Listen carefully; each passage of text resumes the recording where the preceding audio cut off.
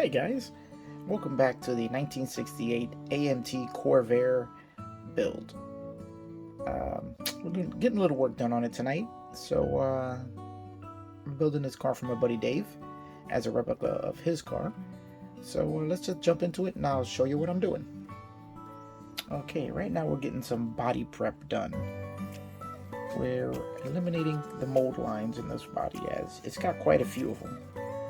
As you can see where I mark them all out using a Sharpie to make them easier to see so that I can sand them down and clean this up. Also gonna need to do a little cleaning up here on the edge of the windshield sill there. A little bit of flash on the sides there. This is a very old kit, so yeah, this isn't to be expected. So, I'm gonna get busy on there now. Right now we have all these edges here are just way too sharp and you can see the mold line in them. So what we're gonna have to do is we're just gonna have to smooth them out a little bit, round them off just a little bit like the real car would be. So it gives it a much more realistic appearance. So that involves I use my Tamiya sanding sponge. This is a 320 grit. And basically, if you've watched my other builds, this should be nothing new. You're just gonna sand down just to knock the edge off. And just to get rid of that sharp crease there. You don't want to sand too much because you don't want to remove the body line. You just want to get rid of that sharp crease that's caused by the mold process.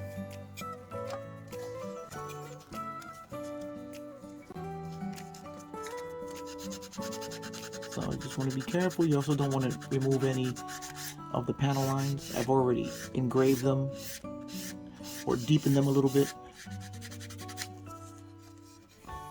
using my new favorite panel tool, which is basically just the back of an X-Acto knife, which ends up being the perfect size for the width of the panel gaps. I just use the back of the blade and just bring it down across the panel line just to deepen them up a little bit. Because you gotta remember, as you're painting it, you're gonna be adding paint, and that's going to fill these panel lines just a bit, which will make them a little shallower. So if you deepen them up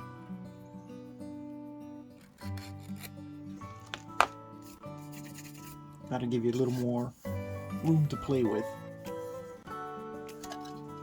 As you see there, the Sharpie line is gone, and now we have a much more realistic appearance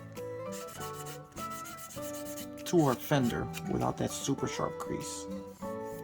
Now when you're marking your lines, you got to look over the whole body because they're going to be mold lines and odd places, and you don't want to get through all of it and to find one last line that you missed, especially if you miss it after and you realize it after you've painted the car. Ask me how I know that.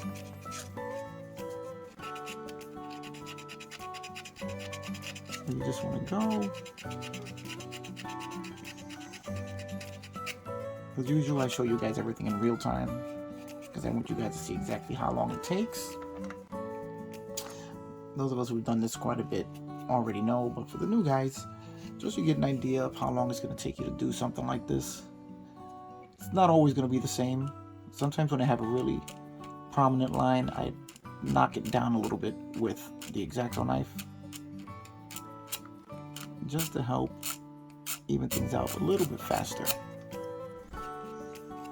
Now this one does have a very prominent line here, which I'm going to have to put a little work into to get that gone, or to smooth that out a little bit. There we go. That's looking better.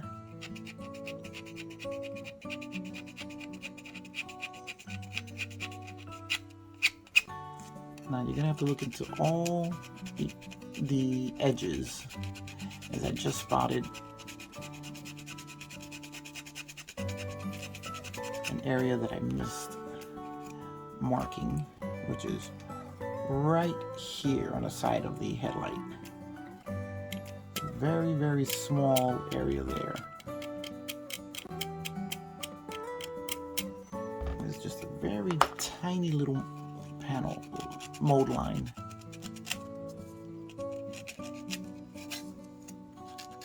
As I said, the last thing you want to do is get through the entire build and then realize you missed one.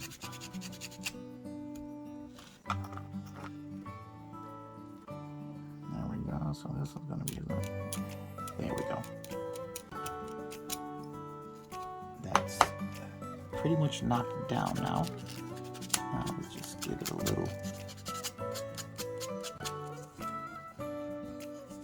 As I said, you want to make sure that you're not removing character lines from the body. You're just softening up the edges, like here on the front of the car. The hood here needs to be softened up just a little bit. Now we'll do a little bit of work here. On this corner here.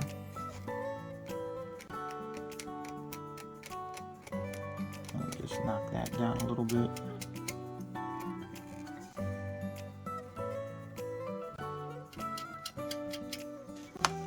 There we go. And then a little bit of sanding.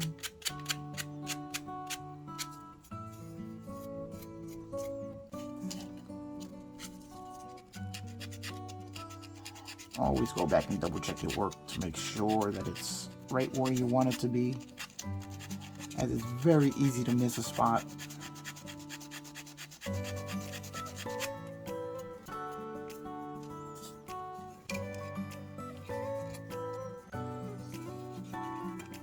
Now, when I say it's very easy to miss a spot, it's very easy to miss a spot. I've done it more than once.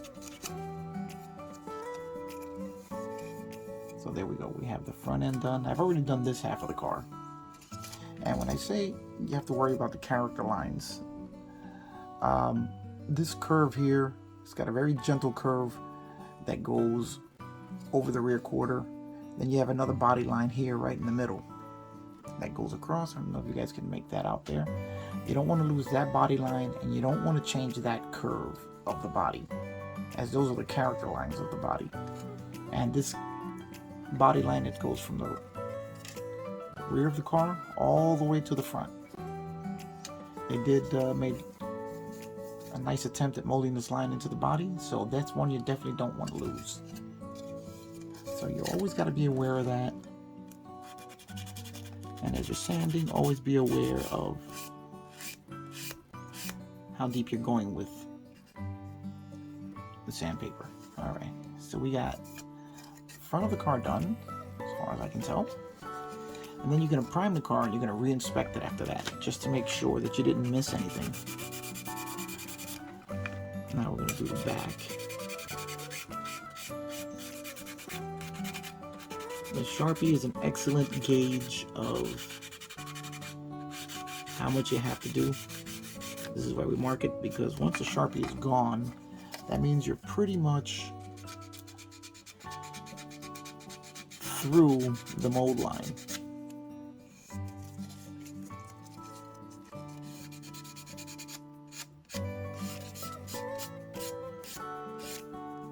And helps to keep you from ruining any of the character lines on the body. And you only want to go as far as getting rid of the Sharpie line.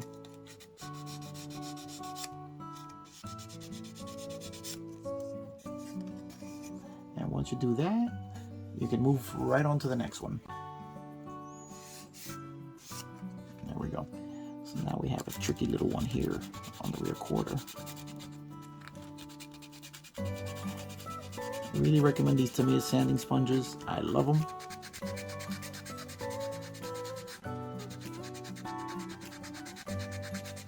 As they're soft, they conform to uneven surfaces and really help you with sanding in odd areas. See, now I have a small line here, and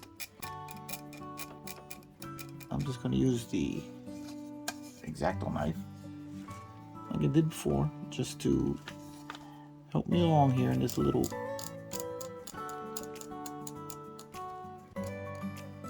Now when using the X-Acto knife, you have to be very careful that you don't put any deep gouges into the body.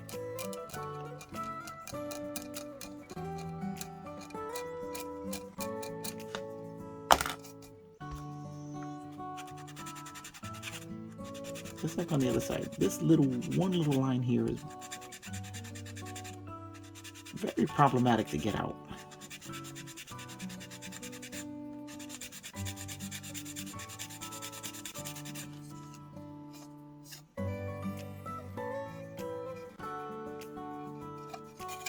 Oops. You don't want to do that either. See, it's softening the curve there a little more than I would like.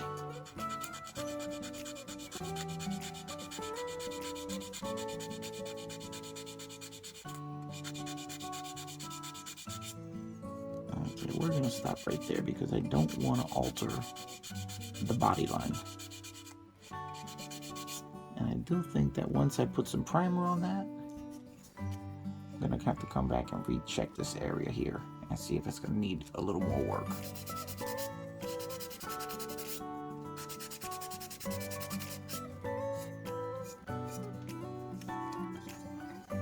So we're going to stop right there with that one.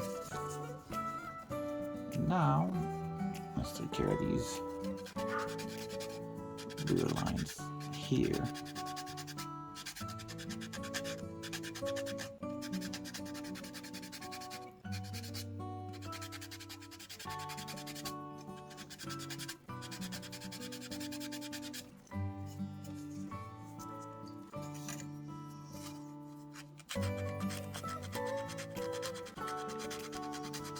Now I know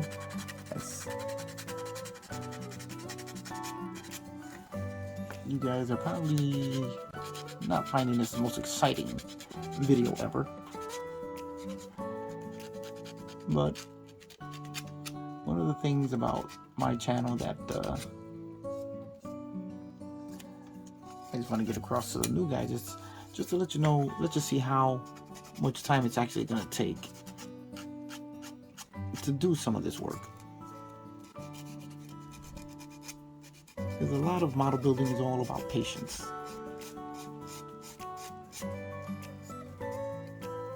And getting it done correctly takes a bit of patience. So I like you guys to see how long it takes me in real time. It was really easy to speed up the video and blow right through it, which there's nothing wrong with. I mean, if you just want to see the highlights, that's great. But I find myself when I watch some build videos wondering, I wonder how long that really took.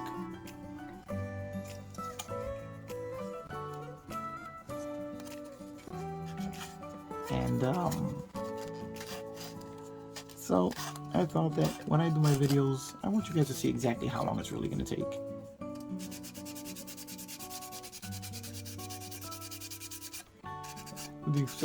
With the exception of that last video I just made, in which I was dechroming parts.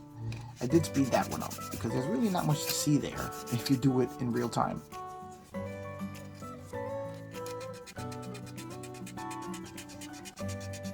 You know, it's not like there's any sort of process that I have to show you. It just kind of sits in a bowl of bleach until the chrome fades away. So that one I sped up. But these here, I want you to see every step of me sanding and going over the edges, cleaning things up. As these are the parts of the build that are really labor intensive and will take quite a bit of time and require a bit of patience just to make sure that you get the result you want.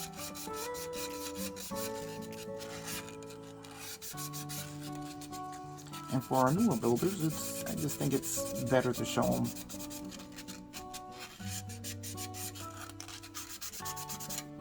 exactly what they're going to be getting into. Because I know when I first started, I would sit there and I would think to myself, you know, am I doing this right? Should this be taking this long?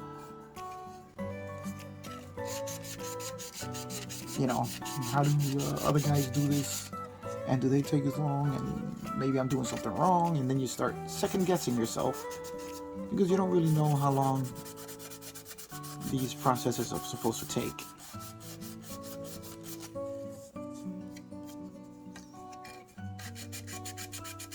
So that's why I show you guys everything in real time. And I just think that that's a question that doesn't get answered very often. Because you can show all the processes,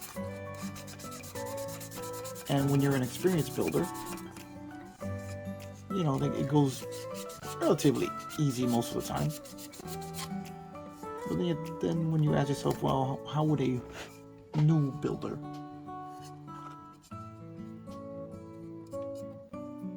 know, you know, if he's doing something right or wrong, or which process he wants to take? How are they going to know how long these things should take?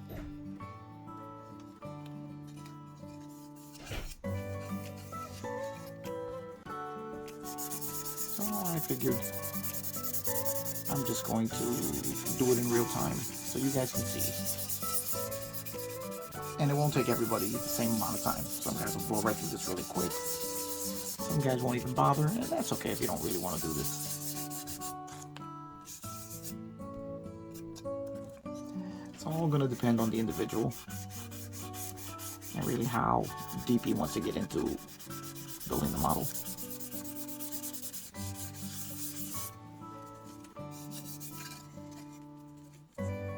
And I'll be the first to tell you that I am not a pro master builder. I just know how I like to do things, and that's what I'm showing you guys.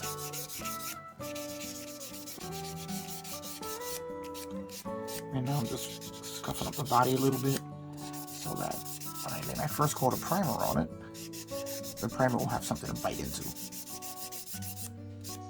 Now the first coat of primer is going to be simply to check your work.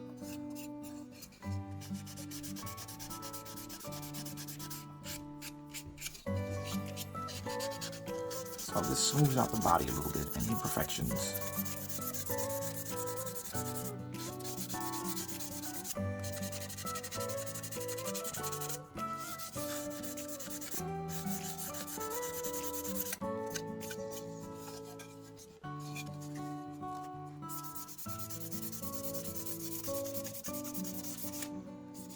If I'm doing Dave's car, it will be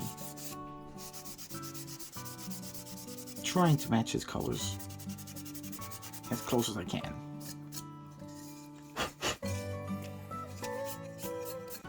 Alright, there we go. I think this body is ready for priming. Give it a little wash, and then do a little priming. Alright, let's move on to our next step. Alright, now that we're done with the body, we're going to start with the engine. I've already got the engine assembled, engine and transmission. Two halves are put together. I've removed the seam lines, just so that when it's painted you won't see the split. Should work out very nicely. Now we're working on the cylinder heads. These are the cylinder heads which I de-chromed because I found out from my buddy Dave that everything is aluminum here. The Corvair was unusual in a couple of ways. Not only that it had a rear-mounted engine, and that engine also was a flat boxer, which means the cylinders are opposed to each other, going back and forth this way as opposed to a V shape, but also that it was an all-aluminum engine. Lightweight aluminum engine, very interesting. For the time, that was very unusual. So we have the engine block together. Now we're going to be assembling the cylinder heads. Let's just move everything over a little bit so we can get you in the camera here. Here we have the upper and lower portions of the cylinder head. Just like we have here. Now, one thing about this kit, the parts are not numbered. So it's going to require a little bit of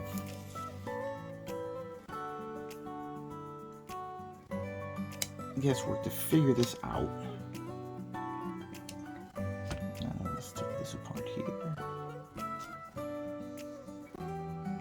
Alright. And there's our first cylinder head there.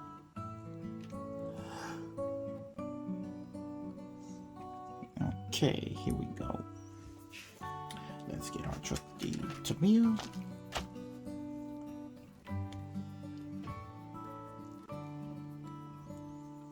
Glue the cylinder head together.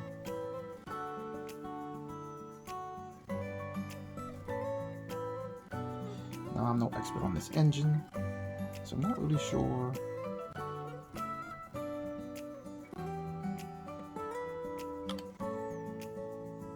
one of the fun things about building a car that you don't know too much about is you can do a little research and you learn quite a bit about them.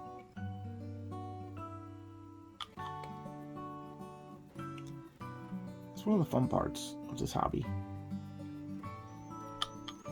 You can expand your knowledge base.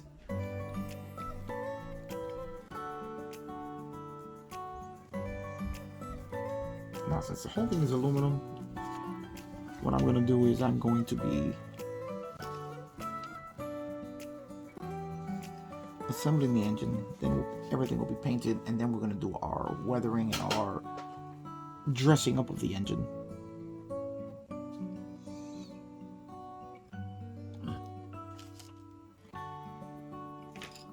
All right, now just got to clean up. Where did I put that? Here it is. Just got to clean up this.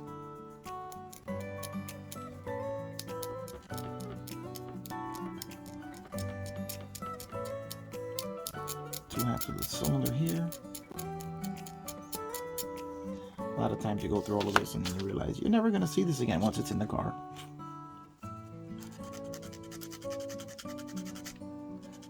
There's a lot of detail work I do.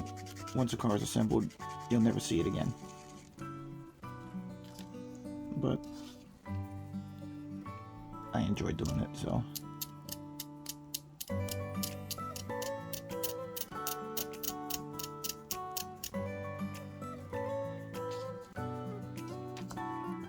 Alright, that's helping us smooth that out a little bit.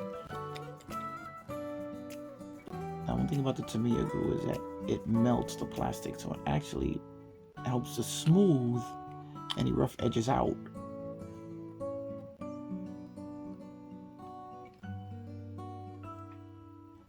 After it's done, that's one of the great things about this Tamiya cement is that it actually melts everything together. As you can see here, the fit of this cylinder head is not exactly precise. You can see that edge there. So we're going to try and make that a little bit better. I'm just going to even it out a little bit.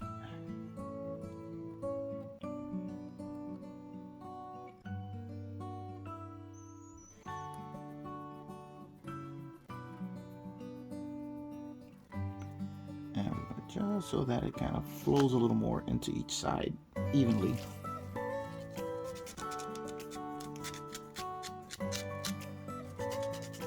Oh, maybe it's supposed to be that way. I'm not even really sure.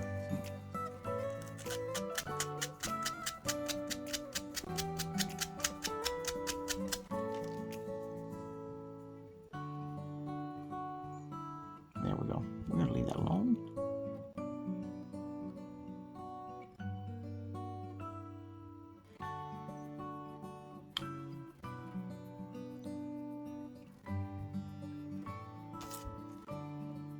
Let's get this a little more.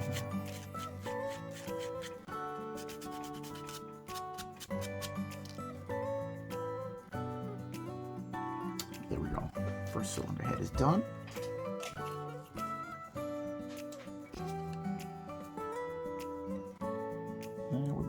scrapers and nip, nip, nip, nip. All right, let's put our second cylinder head together. Get our trusty Tamiya glue. One thing I just found out recently is that when this cement starts running out, I think the brush won't reach the bottom of the bottle. The brush actually expands. You can, where am I here? There we go. Oops. Let's see if we can actually see it here. You can pull the tip further out and it expands the brush to reach the bottom of the bottle. Now you ask yourself, why wouldn't they just give you a longer brush? Can't answer that question. It is Tamiya. This stuff dries very, very quickly, which is one of the reasons I really like it.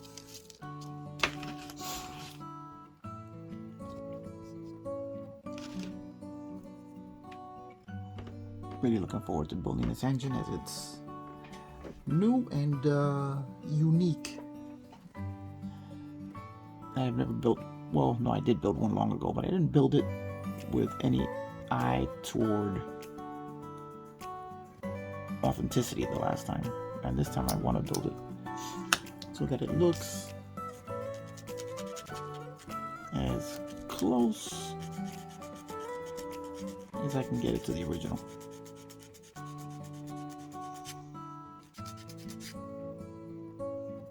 Smooth it out a little bit.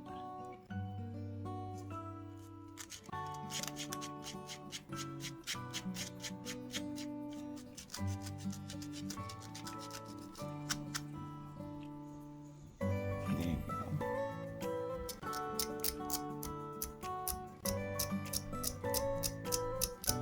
Let's just smooth that out.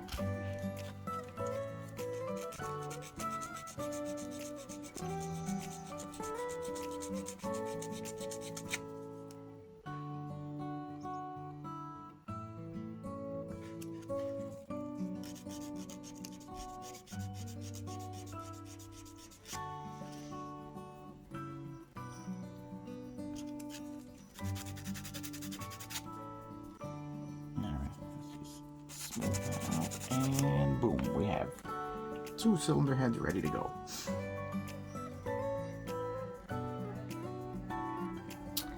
Now we have to see this goes facing that way, this goes facing that way, and here you can see the configuration of the cylinder block, which is really interesting. As you can see, these are actually the cylinders in the block, and you can see that they're facing each other, not in a V. Very similar to what Porsche does. It's a really interesting setup on this engine. Alright, so now this is all going to be painted as one assembly. So now all we got to do is just give it a little dab there, a little dab there, let that soak in there, and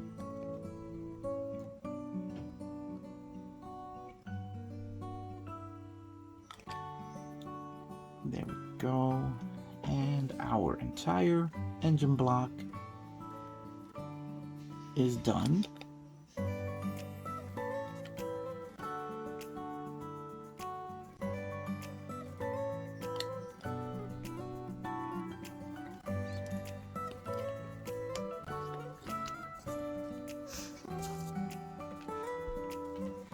So here we go, our engine block is done.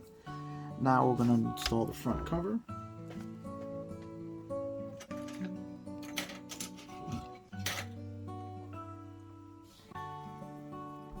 You can see here we have a few parts here. We have our oil pan. We have, I'm not really sure what that is. Oil pan, 2 pins for street. Competition is a chrome one. but he doesn't have one. He's got the street version, so we're gonna do the street version on this. And this has got to be the crankcase cover, which goes on the top of the engine here. So let's add that now.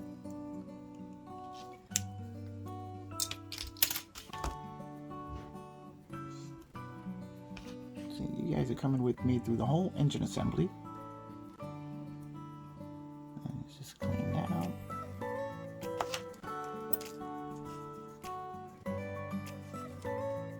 Okay, doesn't seem to have a front or a back, so we're going to drop that.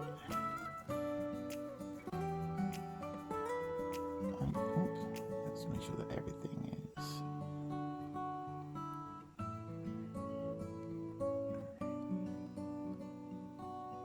Okay, that's our crankcase cover. That's on it. That kind of press fit very easily. So that's going to be easy enough to just give a little bit of glue on the sides.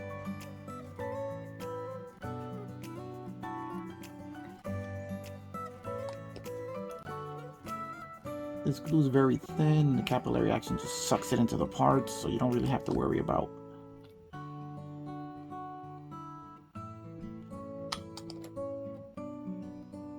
unsightly glue marks.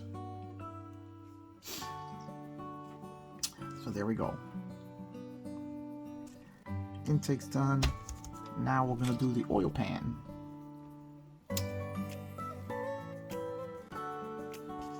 This is our oil pan right here. So let's go again and snip, snip.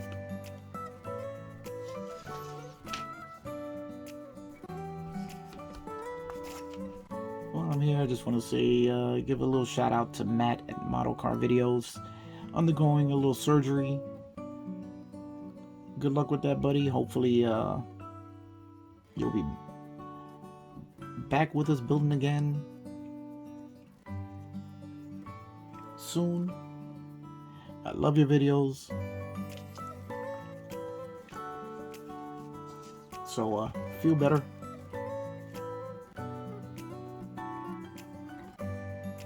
And there we go. Now here we have a little issue here. We have a little bit of a gap on this oil pan, which means that that's going to require a little bit of surgery to get that to sit right.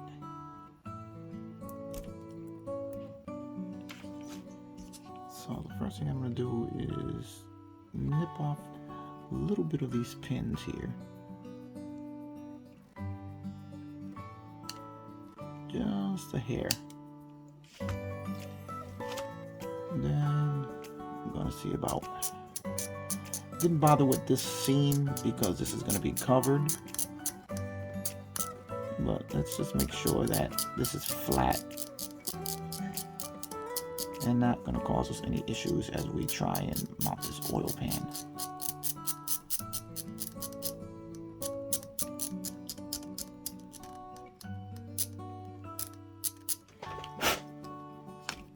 Alright, clean that off. Always better to do a little at a time because you really don't want to just take off too much. Yeah, this is more of a fit issue, as you can see here, due to this curvature of the block. So that's not as straight as it should be. So what we're going to do is try and flatten that up.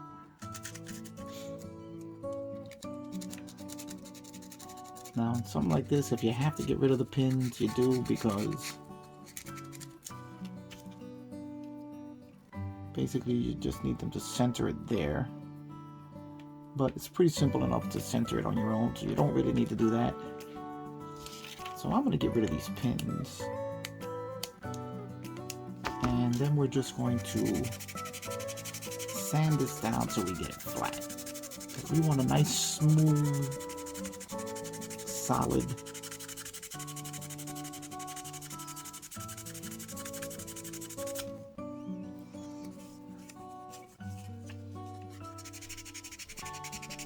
flat pan, so that flat base, so that we can get that pan on there nice and straight.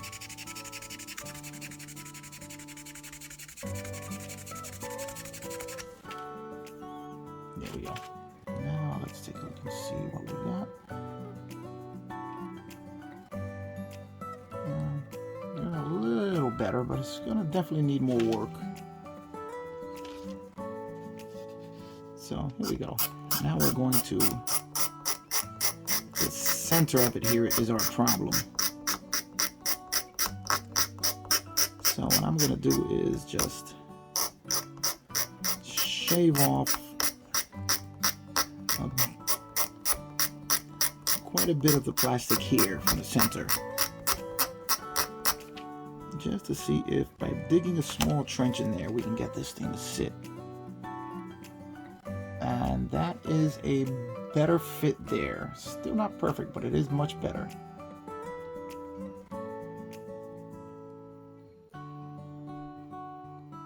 So let's just do a little more here and see where we end up.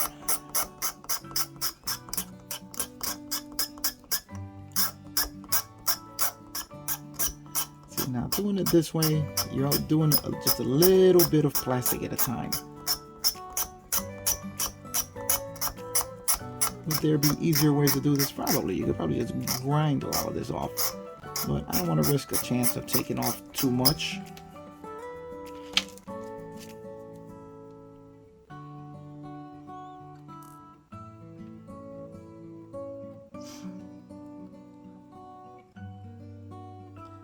Okay, that is much better. That is a much better fit. I don't know if you guys can see that there.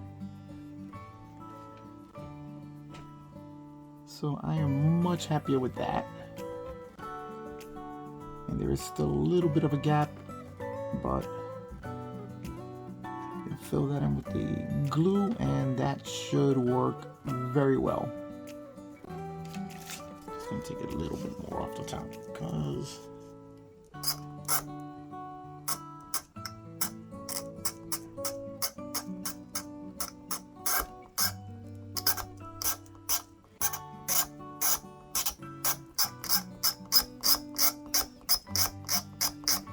the problem is right in the center.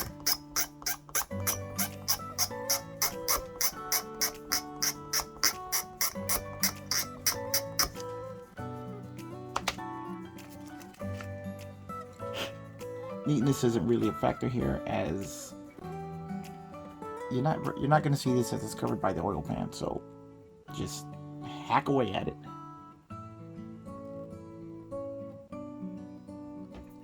Okay, I think I am much happier with that. So now, before we do that, let's find our front cover.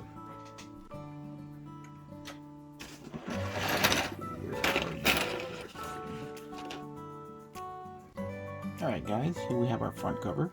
And as you can see, it is a chrome part. So we're going to have to do something about that. The first thing I'm going to do is clean it up. As you can see, all the mold lines there. So we're going to clean that up. Not too worried about the chrome flaking off, because all of that's getting painted over again.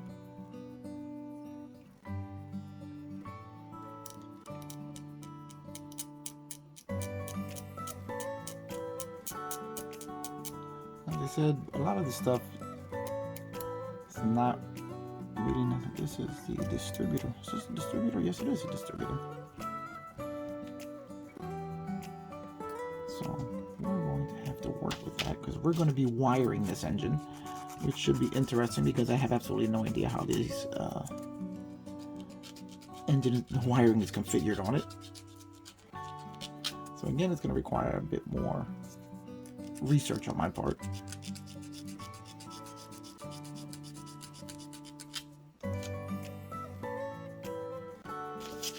And there we go. And now we have a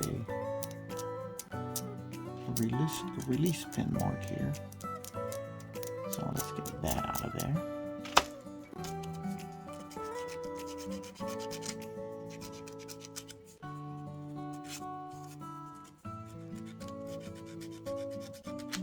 I have to give Dave a call because I'm going to need a little more info on his engine. And now we have all the mold lines on the front case, on the front cover here. I'm gonna have to work on that and get all of that gone.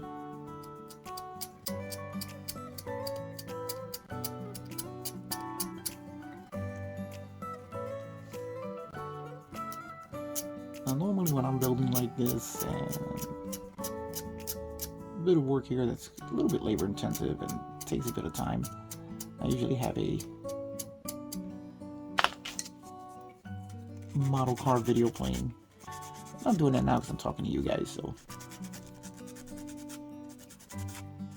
building with all my buddies here. So I'm just chit-chatting with you guys as I work.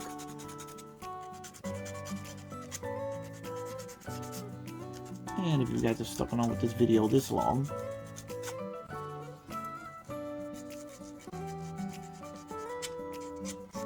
it's because you kind of want to see how I'm doing things.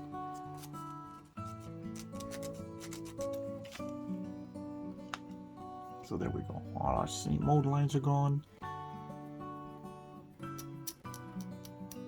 Alright, let's get rid of the line up here. On the side of this canister here, I don't really know what this is. This might be maybe an ignition module, or maybe a for all I know, it's the oil filter.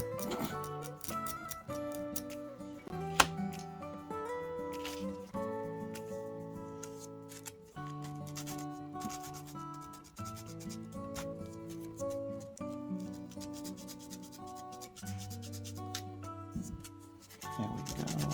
Now we do a little bit here.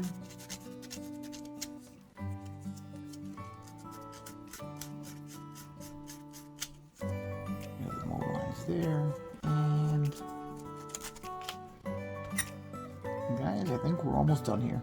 You see how quickly it goes when you're cleaning up a part?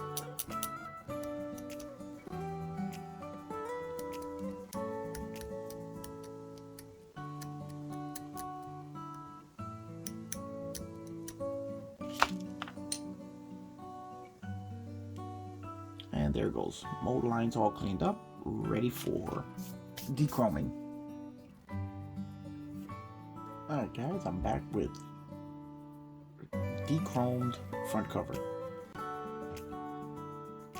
Alright, I'm pretty happy with that. So now let's take a look at this here. We're going to put this on right there. Alright.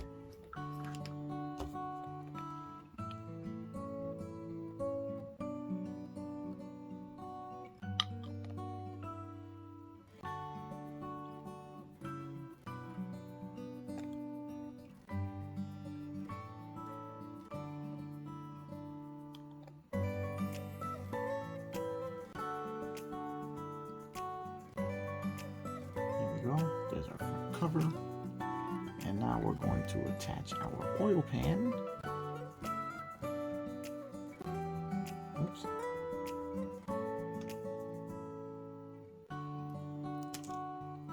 Let's just make sure that our front cover is on there nice and dry first.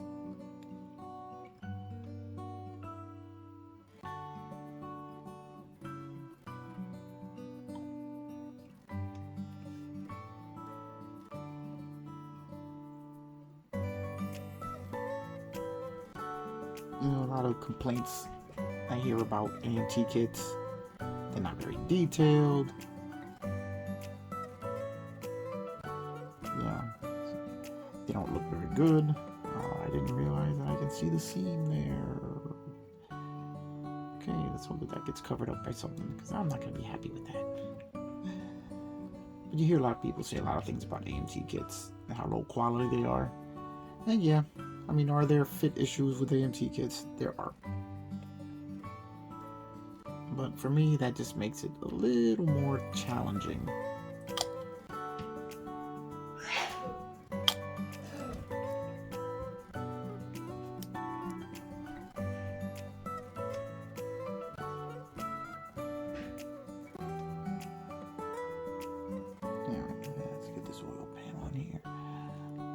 locating pins anymore, so we want to make sure that it sits right where we want it, which is right about, oops,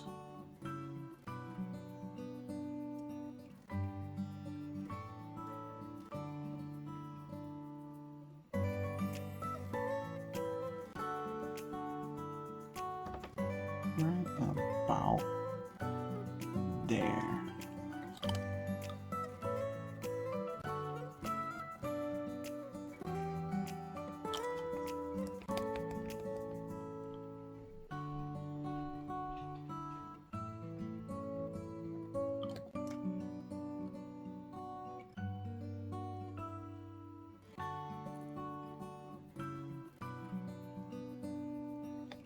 There we go.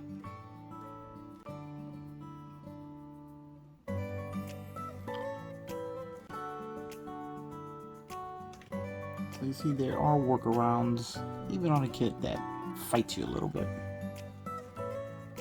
There's ways to deal with it.